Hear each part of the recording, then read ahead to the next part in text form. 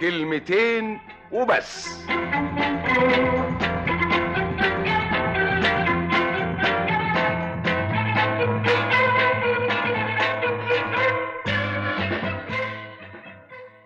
في تعبير قديم ماشي بينا وبين بعض وبنقوله من غير ما نحاول نفهم معناه على حقيقته، في حين اننا لو فكرنا فيه شوية ووصلنا لمغزاه هنحترمه اكتر مما بنحترمه ونقدره اكتر مما بنقدره.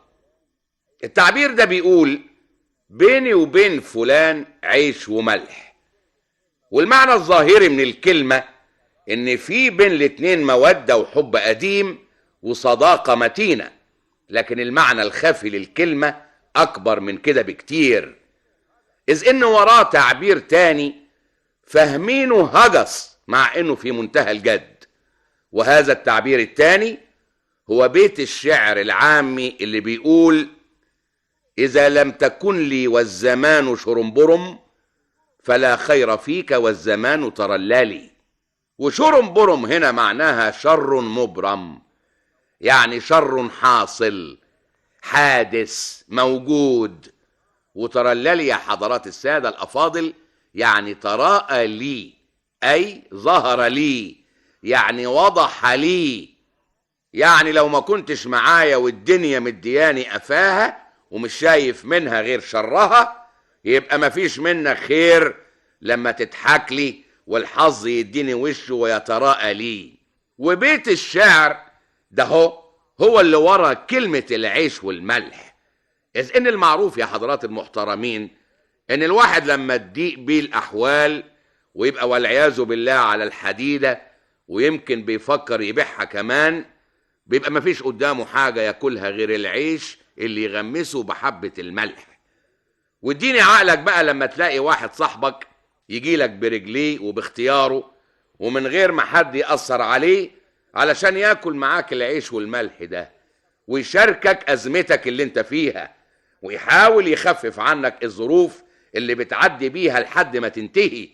ومن هنا قيمة العيش والملح اللي هي المشاركة في الأزمات، المعونة اللي الواحد لابد يقدمها لصاحبه ولصديقه.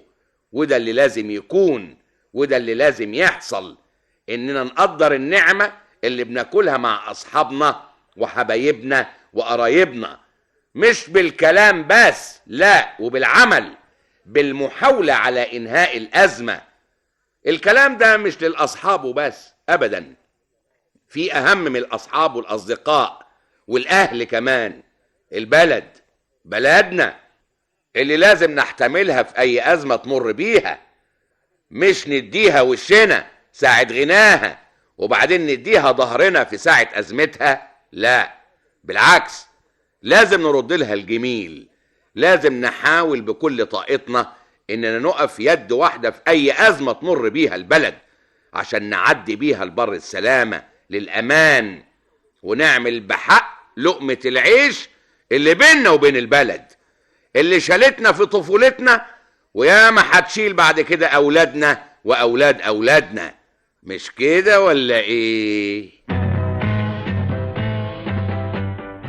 نلتقي غدا مع فؤاد المهندس، بهجة قمر، ومحمد عثمان.